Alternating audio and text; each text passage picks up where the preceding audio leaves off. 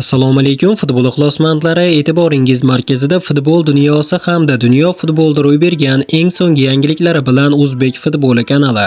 Ayni paytda mana shu roligimizga like bosayotgan barcha obunachilarimizga yana bir bor o'z minnatdorchiligimni bildirib qolaman. Qadrli do'stlar, mana shu kichik mehnatimizni qadrlagan holda ushbu kanalimizga bir dona like bosib, obuna bo'lib qo'yishni unutmang. Siz uchun arzimagan bu ish biz uchun juda ham muhim. Qadrli do'stlar, bizning kanalimizda hech qanday pornografik yoki qimorga targ'ib qiluvchi reklamalar chiqmaydi. Shuning uchun iltimos obuna bo'lib bizni qo'llab-quvvatlashni unutmang.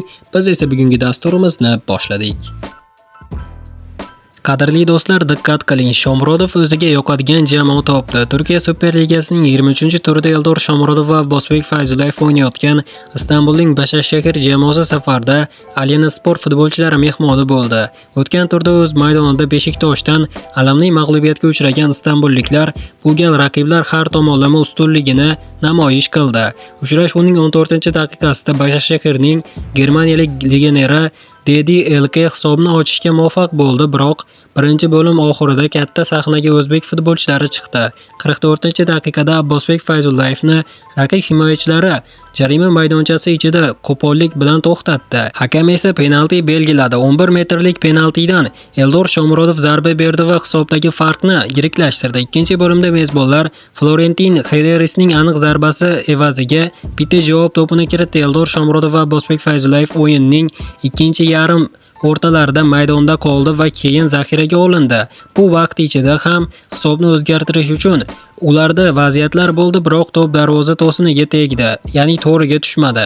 Keyin g'alabadan keyin Istanbul Başakşehir jamoasi jamg'argan ochkolar soni 36 taga yetdi va jamoa musobaqa jadvalida 6-o'rinda mustahkam o'rnashib olgan. Bu bahsda to'p kiritgan Shomurodov chempionatdagi 16-golini nishonladi va to'purlar poygasida o'zidan o'zib ketgan Trabzonspor forvardi Pol Anavuchiga yetib oldi.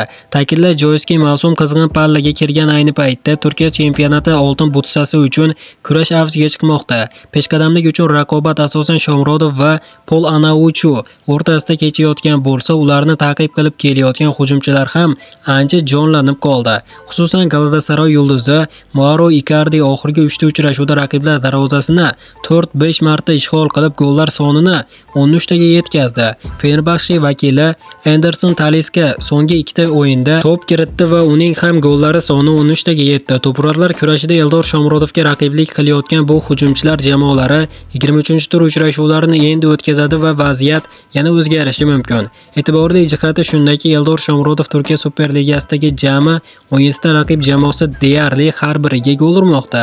30 yoshli o'zbek hujumchisi 14 ta jamoa, ya'ni Beshiktosh, Alyanspor, Konyaspor, Galatasaray, Alyanspor, Koshalisport, Gencelebili, Trabzonspor, Kasimpashsha, Sambusport, Gaziantep, Fotih Karagoy va Rizespor va Esport darvozasini ishg'ol qildi.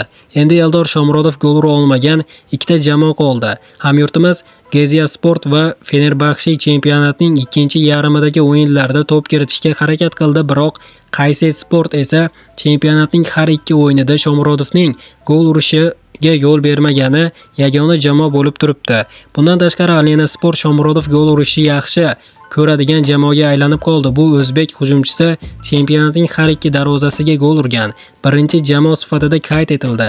Istanbul Başakşehir futbolchilari Istanbuldagi navbatdagi tur uchrashuvini 27-fevral kuni o'z maydonida muxlislari ko'z o'ngida Kolyanspor jamoasiga qarshi o'tkazadi. Ushbu o'yinni jonli efirda ko'rmoqchi bo'lsangiz, kommentariyada Telegram kanalimizni qoldirdim. Hozir o'tib obuna bo'lib qo'ying va hamyurtlarimizning o'yinlarini jonli efirda Telegram kanalimizda kuzatib borishingiz mumkin.